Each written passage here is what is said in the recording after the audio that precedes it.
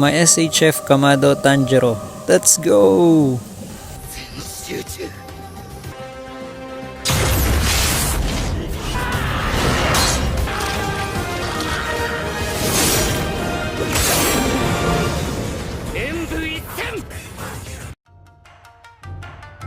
Ito na! Grabe! Box pa lang, solid!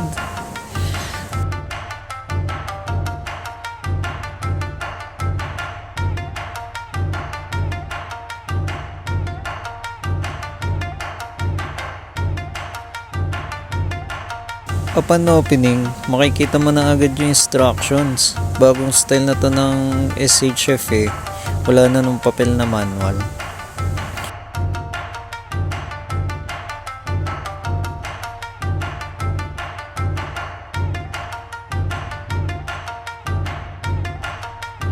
Ganda, sobrang tight ng joint.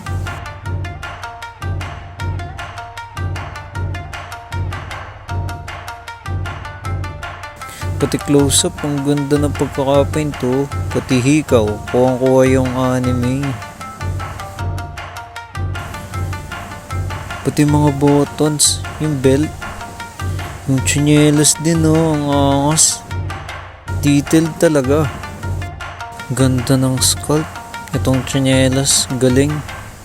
Start na tayo sa mga accessories. Handle ng kanyang unang Nichiren na katana. May specific shape yung part sa scabbard kaya hindi ka naman magkakamali ng pasok. Masikip lang siya sa una kasi bago pa. Next naman ay yung mismong katana. Galing. Detalyado talaga kahit maliit. So sa mga faceplate naman tayo. Ito, shouting face guys. Ganda. Linis ng paint.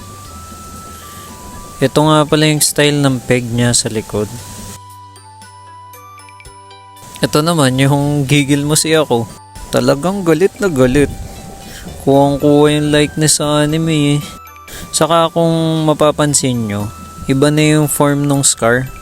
Kasi yan na yung mas lumalakas siya kapag lumalabas yung tinatawag nilang curse mark. Sa anime yun eh. So pag hindi mo pa napanood, hindi mo magigets. Yun. Happy face. Accurate talaga. Para sa akin, solid pagkagawa ng SHF dito. Lastly, yung neutral face. Wala na akong masabi kundi absolute cinema. Sa alt hands na tayo. First ay posing hands for fighting stance. Sunod, ito namang relax hands. At meron ding weapon grabbing hands. Ang bonus niyang accessories ay ito. Ito yung katana ni Tanjiro na may handguard galing kay Rengoku. Maagets lang yung may nakapanood na hanggang season 3. Wala pa kasi sa unang season nito. Ito yung latest design kasi nga naputol yung una. Iba na din yung style ng blade nyo dito. Ito naman yung handle. Pwedeng ito yung ilagay mo dun sa scabbard para magmukhang ito yung ginagamit niya kapag nakapose. Palitan natin dahan-dahan kasi baka maputol eh. Same lang. May tamang shape din para di ka magkamali.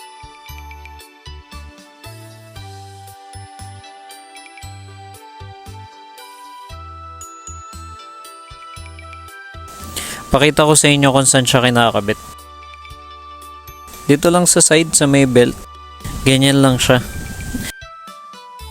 May illusion na parang nakasuksok sa belt dahil sa continuous na design ng belt dun sa lagayan.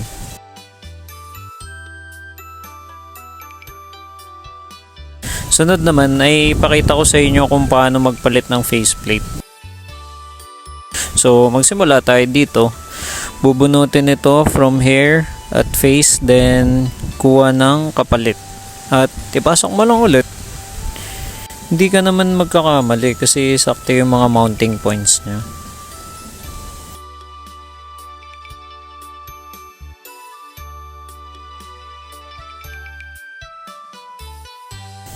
Astig. Dinis talaga ng pagkakagawa.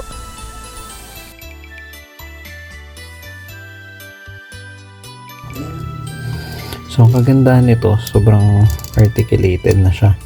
Pero hindi na tayo doon. Hindi natin masyadong di-discuss yan. Kasi, common na yan. Bigyan ko lang talaga kayo ng impression dito sa pag-unbox ko. Ang sabi ko lang is sobrang sulit niya sa price. Kasi kung makikita mo, bago na yung kanyang mga sculpt. Wala siyang kaparehas sa mga recent nilang release. Parang 2024 version to. Then mas lamang talaga siya sa mga kalaban niya na brands. Mas maganda. Bigyan ko lang kayo ng mga sample pose. Tingnan natin yung sa box. Anong gagayahin natin? So overall, okay siya. Sulit. Kaya ng kanina ko pa sinasabi. Then, sobrang articulated. Kita naman, no?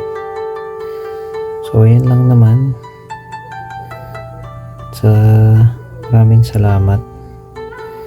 Then, bigyan ko lang kayo ng mga picture niya nang nakapost.